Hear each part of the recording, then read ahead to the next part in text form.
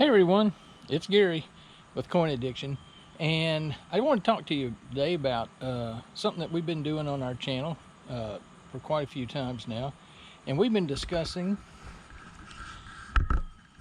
the good, the clad, and the ugly, right? We do that at our roundup, and I wanted to talk to you a little bit today about the clad portion. So the good, you can get out of here. And the ugly can get out of here too. Go on, ugly, get away. Oh, that sounded worse than I wanted it to. But anyway, we're going to focus today on the clad.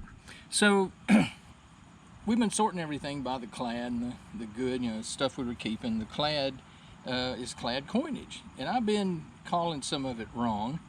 And I just wanted to correct that. For any of y'all are interested, I was going to give just a brief history on what makes a clad coin. And if I'm wrong on some of this, well, you can blame Mr. Google.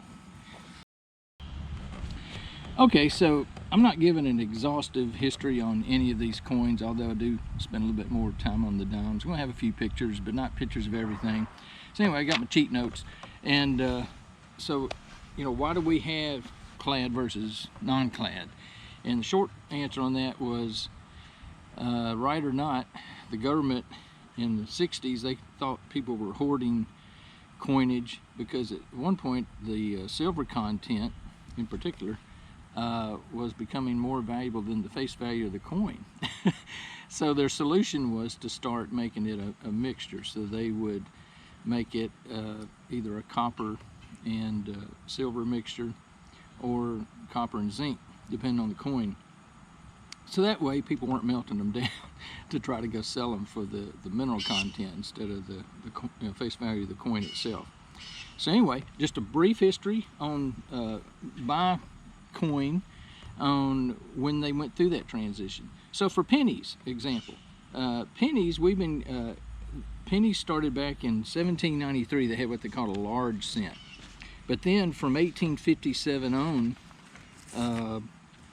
they pretty much kind of look like what we've got today, at least in size.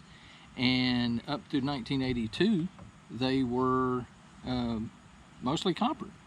So I've been calling a lot of those wrong, saying, you know, they were clad, you know, they might have been in the 70s or 80s, but they really weren't clad till sometimes in 1982. And that's when they went to like 97.5% zinc. They made a sandwich of, sorry. They made a sandwich of zinc and copper. So it's mostly zinc, starting sometimes in 1982. In fact, if you get a 1982 penny, other than cutting it open or weighing it, you really don't know if you've got a zinc or copper. I actually used to have a Garrett that would tell you which one it was.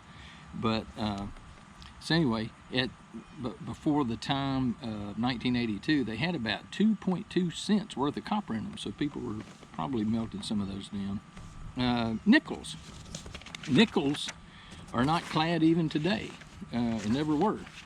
So nickels were made of 75% copper and 25% nickel.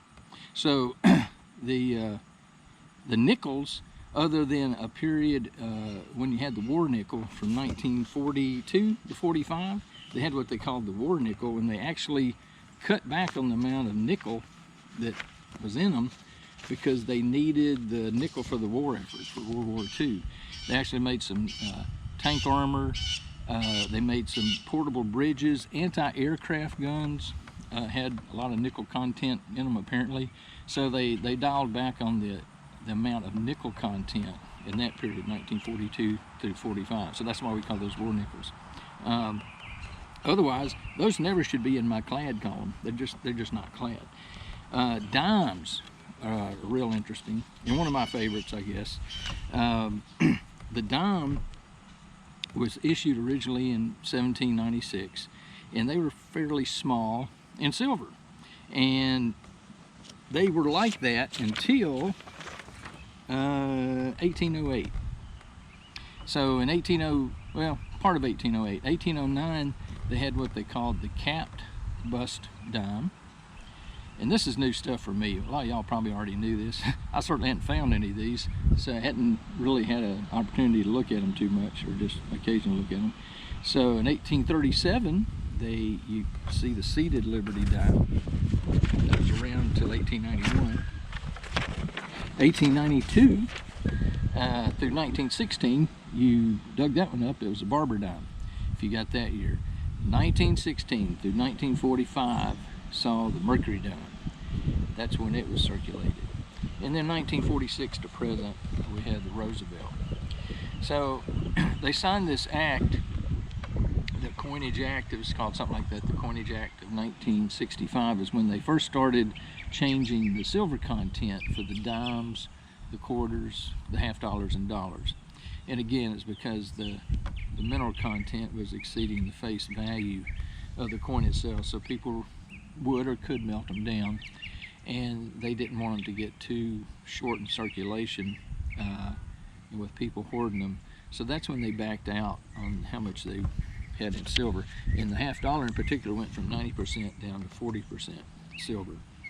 And then in 1970 they actually eliminated the silver from the dime and the quarter.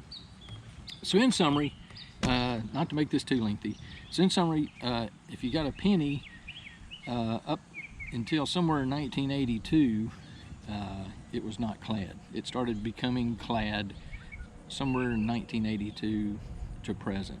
If you dig one up and it's all eaten up, you can bet without even checking the date, it's probably going to be a clad. Nickels are not clad, and then the dimes, quarters, half dollars, and dollars were clad sometime in the 60 and 65 to present. Interestingly, when they backed off on the silver content for the 65 dime, they actually kept producing a 1965 silver dime through April of 1966. So I found that interesting. I don't know how you would determine what year it was made other than the stamp on it. So anyway, just wanted to share that with you. Sorry if you found that boring. I found it interesting. And so we'll try to be more careful on what goes in the clad in the future. See you at the next time.